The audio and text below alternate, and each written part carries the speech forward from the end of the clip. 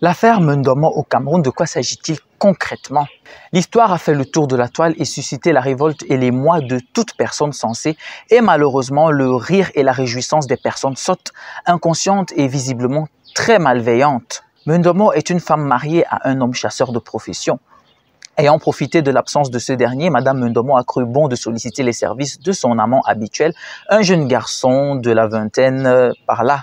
Les voies du Seigneur étant impénétrables, le mari rentre inopinément de ses activités ce jour-là et tombe en direct sur une scène pour le moins chaude entre sa chère et tendre épouse et son jeune amant. Ces deux étaient en plein débat sexuel. Fou de rage, le mari de Mendomo va alors saisir une machette bien aiguisée et asséner un coup décisif en plein milieu de la tête du jeune amant.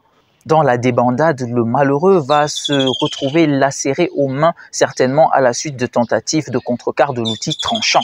Par la suite, le mari de Mendomo, épris par on ne sait quels esprits malsains, va alors entreprendre d'humilier les deux amants de la pire façon qui soit, en les obligeant à reproduire l'acte sexuel, non seulement devant lui, mais également devant une caméra sous des menaces perpétuelles, pour ensuite l'exposer à Mondovision sur les réseaux sociaux. Une honte, une aberration, une abomination, un acte malsain et presque démoniaque. Et tenez-vous tranquille, car à la sortie au grand jour de ce spectacle abominable, au lieu de le décrier, nombreuses ont été les interactions joyeuses, risibles et plaisantines sur le sujet.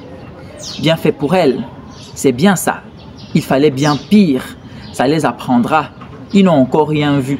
Sont là bien de commentaires parmi tant d'autres qui valorisaient cette action sordide en réponse à cet acte de cocufication. Où va le monde, se demande-t-on, quand on sait que l'on jette des pierres aux autres qui devraient en fait nous revenir? Ce mari qui se pose aujourd'hui comme le plus affecté du monde par la trahison de sa femme, peut-il affirmer avec innocence ne l'avoir jamais trompé? Lui qui la condamne aujourd'hui de la sorte. Et ceux qui en rient, n'ont-ils donc jamais commis de péché? Sont-ils blancs comme neige? Combien d'entre vous êtes coupables d'adultère et menez cette vie infâme dont le secret est le plus grand anonymat? Je vous le dis en vérité, que celui qui n'a jamais péché continue d'en rire et de faire le partage de cette vidéo malsaine partout. Mais sachez que vous en répondrez le moment venu. Mendomo n'aurait jamais dû tromper son mari chasseur, ça nous le reconnaissons tous. Mais celui-ci s'est rendu 1 milliard de fois plus coupable qu'elle par ses actions de vengeance. Une histoire à méditer.